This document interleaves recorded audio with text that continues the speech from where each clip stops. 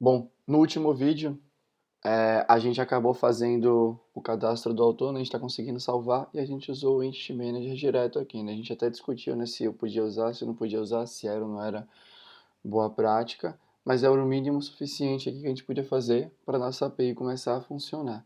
E de novo, né, usar o Entity Manager aqui não aumenta bizarramente a carga cognitiva, na verdade até diminui, né? O Entity Manager é super conhecido de todo mundo. Mas, por outro lado, a Spring Data JPA fornece uma maneira super fácil da gente criar os nossos repositórios. Então vamos aqui, né? Então, a primeira coisa que a gente vai fazer é, ao invés de a gente usar o Entity Manager aqui direto, o que a gente quer é ter aqui um autor repository. Eu vou deixar aqui o português com o inglês porque é muito comum a gente usar repository falar repository no dia a dia. Ao invés de ser persistence context, vai ser auto-added. E aqui com o meu novo autor, o que eu preciso é autor repository e o método que a gente vai chamar é o save para salvar o novo autor.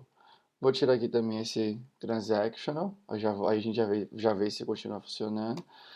A gente precisa criar aqui a interface, é um autor repository. Nem precisa mandar mais essa annotation aqui em cima, beleza? Porque quando você cria alguém que herda de CRUD repository, automaticamente o Spring já consegue gerenciar. E aqui a gente declara o nosso repository. Então aqui, né, tem uma coisa que é muito importante, né? Eu já estou herdando direto de CRUD repository. Você poderia herdar, por exemplo, só de repository. Tá dando conflito aqui na hora porque eu não importei. E ele está entendendo que eu estou importando da annotation. Eu teria que botar o nome completo aqui, o fully qualified name da interface. Porque quando você bota o seu repository, é você que vai abrindo os métodos que você quer, né? Eu quero save. Outra hora eu vou querer o delete, por aí vai. Só que eu confesso assim, eu não ficar escrevendo os nomes dos métodos na mão quando você pode herdar o nome dos métodos da interface, acho meio perda de tempo. E até porque, né? Quando alguém fala, mas aí vai ter o remove, vai ter o delete, né, exposto no repository para alguém chamar. É verdade, vai. Esse é um trade-off. Por outro lado, eu só acho que alguém chama o método delete sem querer se a pessoa tiver com alguma coisa mais grave do que simplesmente o método estar aberto e você chamar, né? Ah, eu vou aqui salvar e sem querer eu chamei o delete. Eu não vejo acontecer regularmente isso, então eu acho que não atrapalha. Quando eu falo eu acho, não me parece que, dado o conhecimento geral das pessoas, atrapalha ter um método a mais na interface de conhecimento super comum entre todo mundo que usa o Spring aí no dia a dia. Então, vim aqui, né? Uma outra coisa que é legal de comentar quando a gente fala da carga cognitiva, né? Como é que você pode contar a carga cognitiva de uma classe, né? Para entender se está difícil, né? Se está possivelmente difícil de outra pessoa entender. Ó, aqui conte o número de abstrações que você está usando, né? Que você mesmo criou. Nesse caso aqui a gente está usando duas, ó. O autor repository, três, né? O novo autor e o autor. Três abstrações é muito pouco para a pessoa conseguir entender. É uma pergunta difícil de responder. Eu acho que é pouco. Talvez seja pouco. Você vai ter que estabelecer o número no seu trabalho, na sua empresa, né? E trabalhar com esse número o tempo inteiro. Uma coisa que você pode pensar é nos controllers, ou seja, né, que é a interface com as requisições externas que vão entrar na sua aplicação. Você pode definir que quanto menos carga cognitiva tiver, né, quanto menos abstrações tiver, melhor. Então, aqui a gente está com um pouquinho. E outra coisa que você pode olhar é que eu estou chamando aqui o repository direto do controller. Porque não tem nenhuma outra lógica aqui. Eu não vou criar um service ou qualquer classe parecida só para seguir um padrão estabelecido. Sendo que ter padrões é muito bom, porque se a pessoa já sabe o que tem que fazer, ela já vai lá e programa. Mas se manter presa aos padrões, mesmo quando você não precisa, tende a ser ruim. Então vamos rodar aqui. Tá, vamos só subir aqui o nosso projeto e vamos testar para ver se vai continuar salvando um autor aí. Vamos lá. Beleza. Então, tá aqui já, né? Desde... Vou dar uma... nem precisava dar reload porque o endereço é o mesmo. Então, tem aqui, vamos salvar um novo autor. Então, aqui vai ter o link do GitHub. E aqui um novo autor, que eu vou chamar de Betinho, que é meu filho. Execute. E aí salvou, tá tranquilo, né? Se eu vier aqui no MySQL, a gente vai ver que tá meio que tudo de boa. Então deixa eu vir aqui, né? É o YouTube MySQL-o root, qual que é mesmo o nome do banco de dados que a gente definiu?